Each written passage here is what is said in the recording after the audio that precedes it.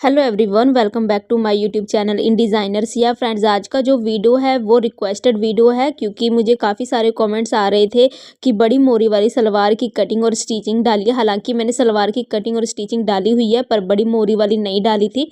तो आज का जो वीडियो है वो इसी टॉपिक पर है, तो आप इसको बिना स्किप किए वीडियो को एंड तक देखिएगा क्योंकि यहाँ पर मैंने कुछ टेक्निक्स भी बताए हैं कि किस तरीके से आप बड़ी मोरी वाली सलवार की कटिंग और स्टिचिंग करोगे।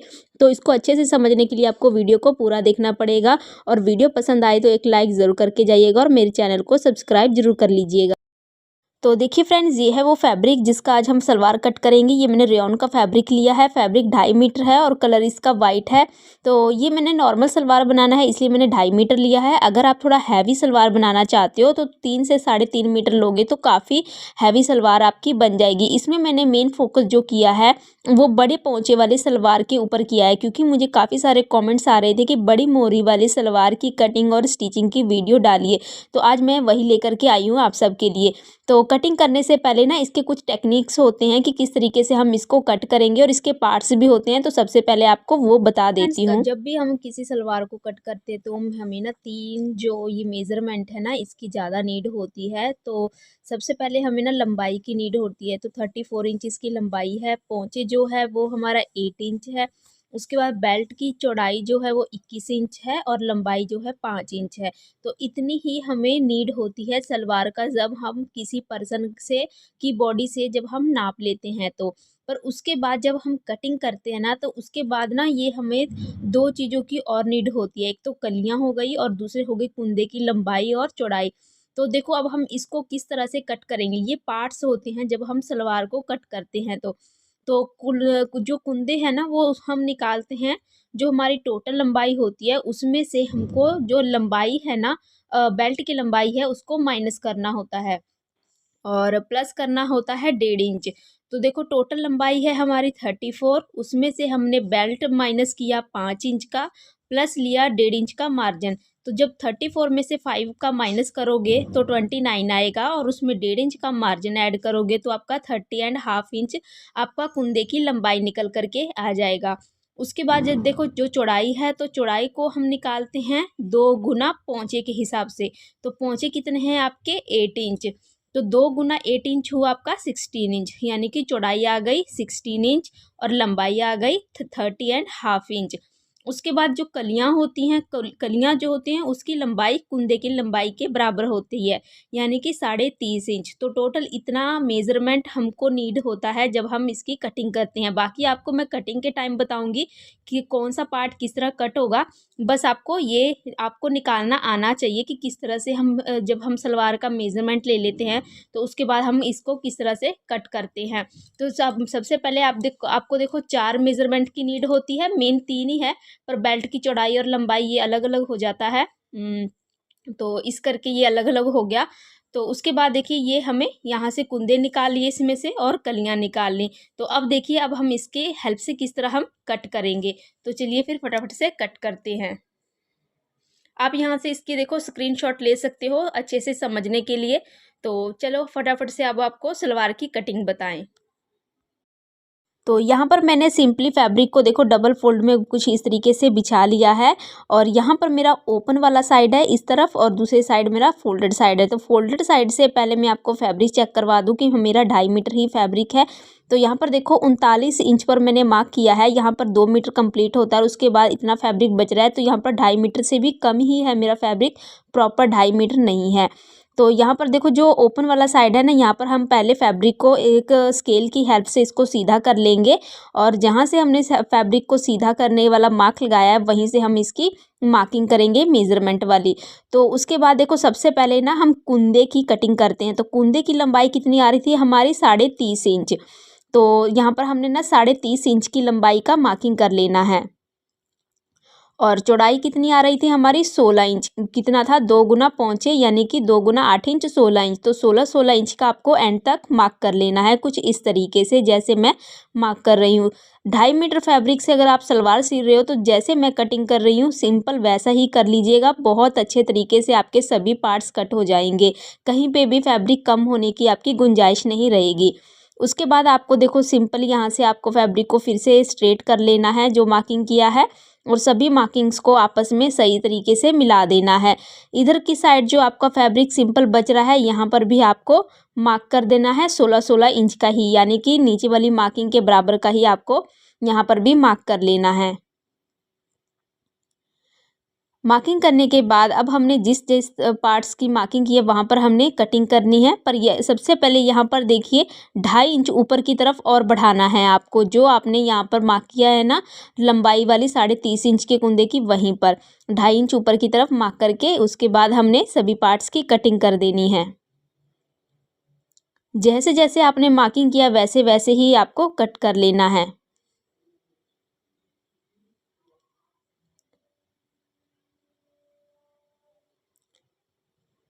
अब देखिए ये वाला पार्ट तो हमारा कुंदे हो गए। यहाँ पर हम लिख देते हैं कि ये हमारा कुंदे है, जिसकी लंबाई कितनी थी 30.5 और चौड़ाई कितनी थी 16 इंच। अब हम इसको साइड में रख देंगे और जो साइड में हमारा कट होके फैब्रिक बचा है इससे हम बेल्ट की कटिंग कर लेंगे। तो इसको सिंपली आपको ओपन करना है और फिर फोल्ड करना है।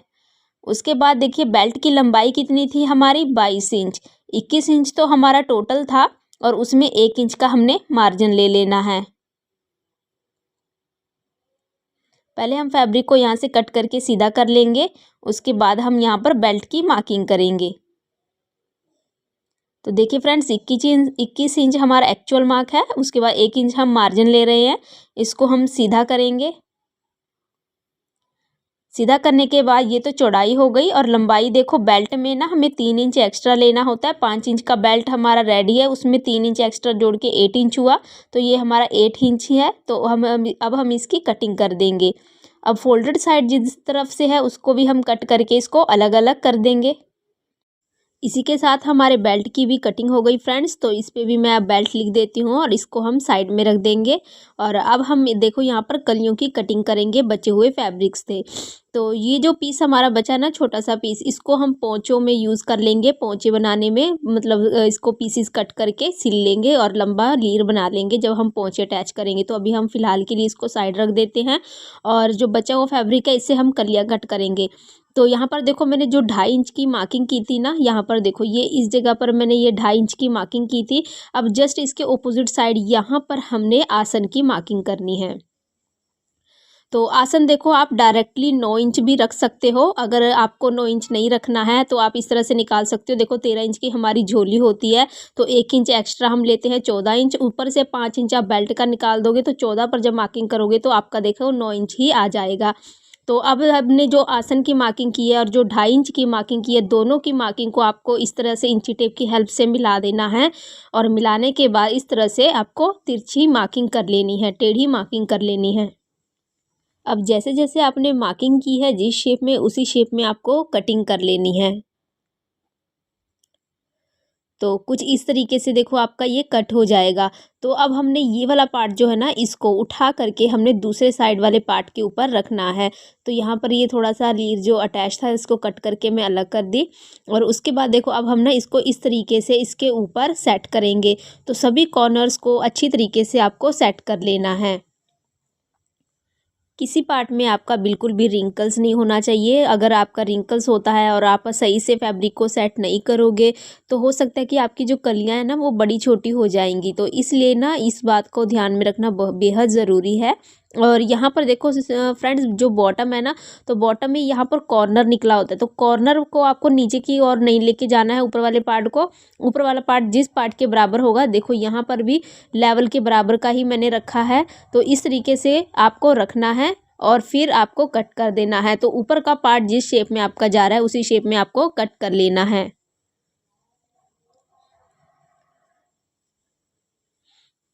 तो यहाँ पर देखो फ्रेंड्स मेरी ना जो कलियां हैं वो कट हो गई हैं और ये टोटल 4 कलियां होंगी है मेरी। तो यहाँ पर देखो आपको काउंट करके दिखाती हूँ 1 2 3 और ये 4। तो ये 4 हमारी कलियां हो गई और 2 हमारे कुंदे हो गए। टोटल 6 पार्ट्स होते हैं हमारे सलवार के। और अगर आप बेल्ट का इसमें अटैच करोगे तो बेल्ट को जोड़ करके आपके ये 7 पार्ट्स हो जाएंगे। तो टोटल 7 पार्ट्स के हमारी जो सलवार है वो कट हो चुकी है। तो अब हम इसको सिल लेते हैं। तो सिलने के लिए देखो फ्रेंड्स, 2 कलियाँ मेरी एक साइड है, 2 कलियाँ मेरी एक साइड है, तो टोटल 4 कलियाँ थी। तो दोनों कलियों को इस तरीके से सेट करके आसन पर आपको सिलाई लगा लेना है।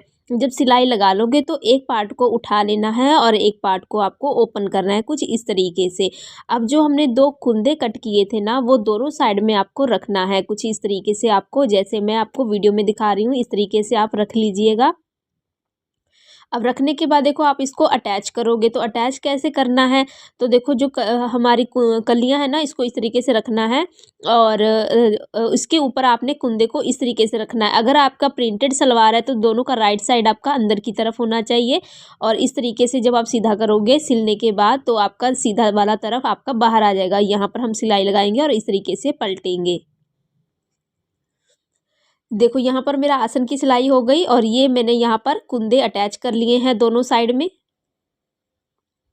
अब हमने कली वाला पार्ट जो एक अलग करके रखा था उसको लेंगे और इसके ऊपर दोनों आसन को एक दूसरे के ऊपर रखेंगे। दोनों का राइट साइड अंदर की तरफ है और कुंदे का जो दूसरा कॉर्नर था वहाँ पर हमने सिलाई लगा करके अटैच कर देना है। तो यहाँ पर हम सिलाई लगाएंगे और अटैच कर लेंगे। तो देखो दोनों आसन मेरा ये रहा और यहाँ पर देखो दोनों साइड में मैंने कुंदे को अटैच कर लिया है। अटैच होने के बाद कुछ इस तरीके से ये विजिबल होगा। अब आपको आसन के पास आ जाना है और एक आसन का सीधा तरफ आप लोगे और जो सेंटर की सिलाई है वहाँ से 2 इंच पर आपको दोनों साइड पे मार्क कर लेना है। अब जो 2 इंच का मार्क किया है उसके दोनों साइड में 2-2 इंच का फिर से आपको मार्क कर लेना है।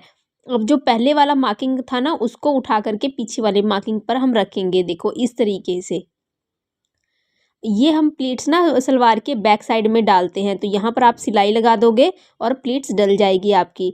अब हम ना आसन का दूसरा तरफ लेंगे, दूसरी साइड का। अब यहाँ पर हमने 1.5 इंच की मार्किंग करनी है दोनों साइड में।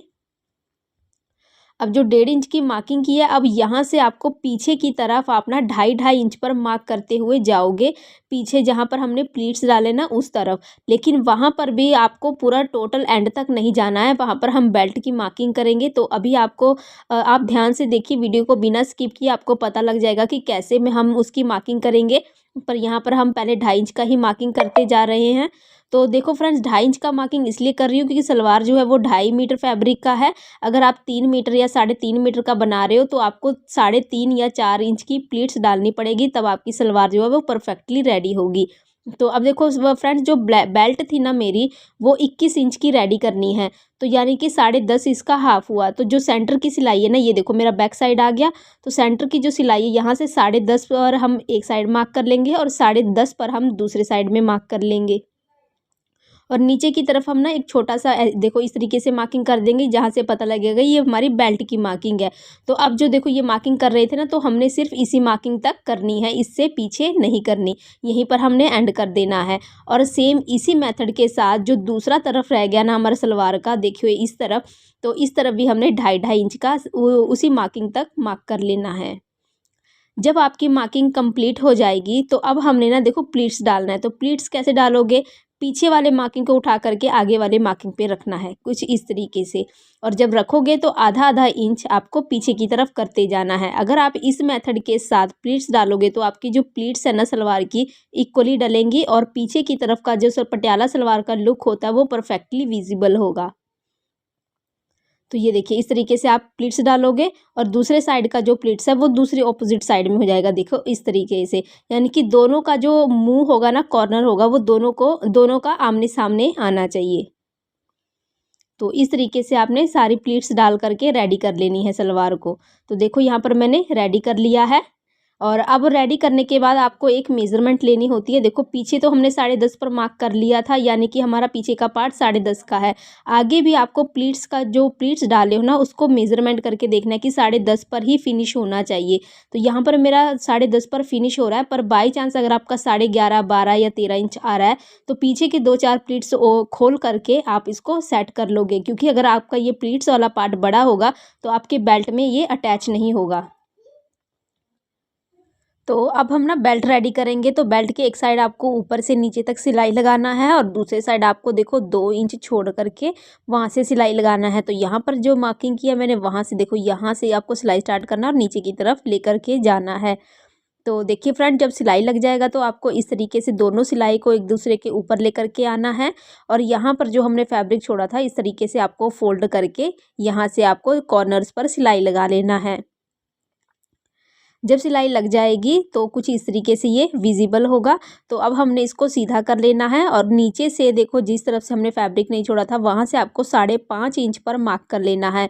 5.5 का इसलिए हम मार्किंग कर रहे हैं, आधा इंच आपका सिलाई जब आप बेल्ट अटैच करोगे उसमें चला जाएगा और 5 इंच का हमारा बेल्ट रेडी रह जाएगा। तो अब देखो यहाँ पर ना ये इस तरीके से हमने जितनी मार्किंग की है उतना आपको टोटल फैब्रिक आपको अंदर की तरफ फोल्ड कर लेना है और इस तरीके से आपको फोल्ड करके नेफा तैयार कर लेना है। ये नेफा हम यहीं से हम या तो आप लास्टिक डालना चाहो तो लास्टिक डाल सकते हो या नाड़ा डालना चाहो तो नाड़ा भी डाल करके रेडी कर सकते हो। तो ये हमारा जो बेल्ट है वो रेडी हो गया है। अब हम इसको जो नीचे वाला पार्ट हमने बॉटम पार्ट रेडी किया है इसमें अटैच करेंगे कुछ इस तरीके से। अब जो हमने नेफा रेडी किया है ना उसको हमने ना फ्रंट पार्ट में अटैच करना है।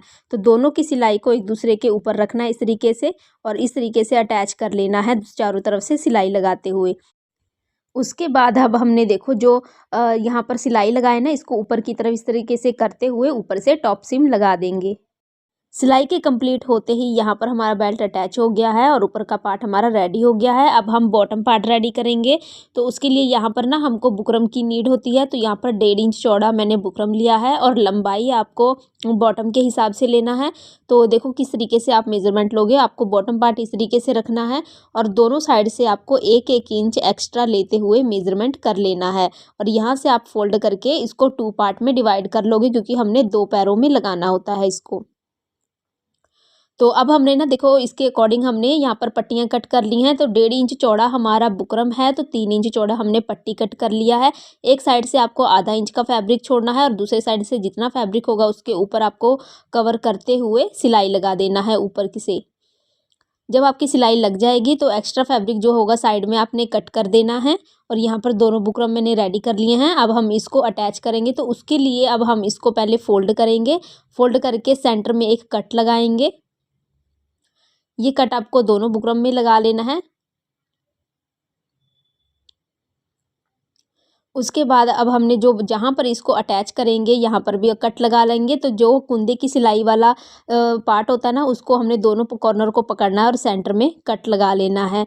अब दोनों कट को एक दूसरे के ऊपर इस तरीके से रखना है और रख करके बुकरम के साथ साथ में आपको सिलाई लगाना है। सिलाई लगाते हुए आपका जो सिलाई है ना वो बुकरम के ऊपर नहीं चलना चाहिए, बिल्कुल साथ में सिलाई होना चाहिए। अब जब सिलाई लग जाएगी तो इसको आपको पलट लेना है कुछ इस तरीके से और जो ये फैब्रिक आपकी सिलाई वाली है ना इसको टर्न कर देना है बुकरम की तरफ और उसके ऊपर फिर से सिलाई चला देना है। सिलाई लगाने के बाद ये कुछ इस तरीके से विजिबल होगा। अब हम इसको टोटल ऊपर की तरफ फोल्ड कर लेंगे और फोल्ड करके सभी रिंकल्स को अच्छे से हाथ से सेट करते हुए कॉर्नर्स पर सिलाई लगाएंगे। दोनों कॉर्नर्स पर आपको सिलाई लगाना है। अब जब सिलाई लग जाएगी तो सेंटर में आप अपने अकॉर्डिंग कोई भी डिज़ाइन डाल सकते हो। तो यहाँ पर मैंने अपने अकॉर्डिंग दोनों पोंचे तैयार कर लिए हैं डिज़ाइन डाल करके और अब हम ना इसकी फिटिंग की सिलाई लगाएंगे। तो देखो कुंदे की सिलाई को एक दूसरे के ऊपर रखना है और इस तरीके से फोल्ड करना है। उसके बाद हमारे पोंचे का जो एक्चुअल मार्क है ना 8 इंच वो हम बॉटम में रखेंगे और 1 इंच पीछे की तरफ ऊपर की तरफ मार्क करेंगे और तिरछा मिला देंगे। अब उसको देखो दोनों पार्ट्स को इस तरीके से आपको फोल्ड करके ऐसे रखना है और रख करके ऊपर की तरफ सेम उसी साइज़ में आपको ऊपर की तरफ मार्क कर लेना है। अगर आप मार्क करना चाहो तो कर सकते हो, अदरवाइज स्किप भी कर सकते हो। झोली के पास आपको आधा इंच का फैब्रिक देना है और दूसरी तरफ पैर के पास उनकी पोंचे में आपको सेम वही मार्किंग करना है 8 इंच और 9 इंच का और तिरछा मिला लेना है। मिलाने के बाद अब आप जो मार्किंग किए हो उसके ऊपर आपने सिलाई लगा देनी है। यहाँ पर आप डबल सिलाई लगाएं क्योंकि ये सिलाई जो होती है हमारी कई बार फट जाती है पैरों में फंसने की वजह से, इसलिए आपको यहाँ पर डबल सिलाई लगानी चाहिए। जब सिलाई लग जाएगी तो आपको ना देखो 1 इंच जो सिलाई लगाई है वहाँ से आपको 1 इंच का मार्जिन रखते हुए एक्स्ट्रा फैब्रिक को कट कर देना है। इससे फिनिशिंग आ जाती है अच्छी सी। इसी के साथ जो हमारा सलवार है वो रेडी हो चुका है फ्रेंड्स वियर करने के लिए। तो देख सकते हो हमारी जो सलवार है वो काफ़ी अच्छी और बहुत ही नीट एंड क्लीन हमारी रेडी हो गई है। तो अब मैं आपको इसको वियर करके दिखाती हूँ कि वियर करने के बाद इसका लुक कैसा आएगा। तो ये रहा फ्रेंड्स फाइनल रिज़ल्ट। आप देख सकते हो कि जो फाइनल रिज़ल्ट है वो कैसा आया है। और यहाँ पर मैंने बड़े पोंचे यानी कि बड़ी मोरी वाले सलवार की फुल कटिंग और स्टिचिंग बहुत अच्छी है, नीट एंड क्लीन तरीके से आपको बताया है और टेक्निक भी बताया है। पर फिर भी अगर आपको कोई डाउट्स हो तो प्लीज़ कमेंट्स करके ज़रूर पूछिएगा। मैं फिर से वीडियो बना करके उसको क्लियर करने की कोशिश करूँगी।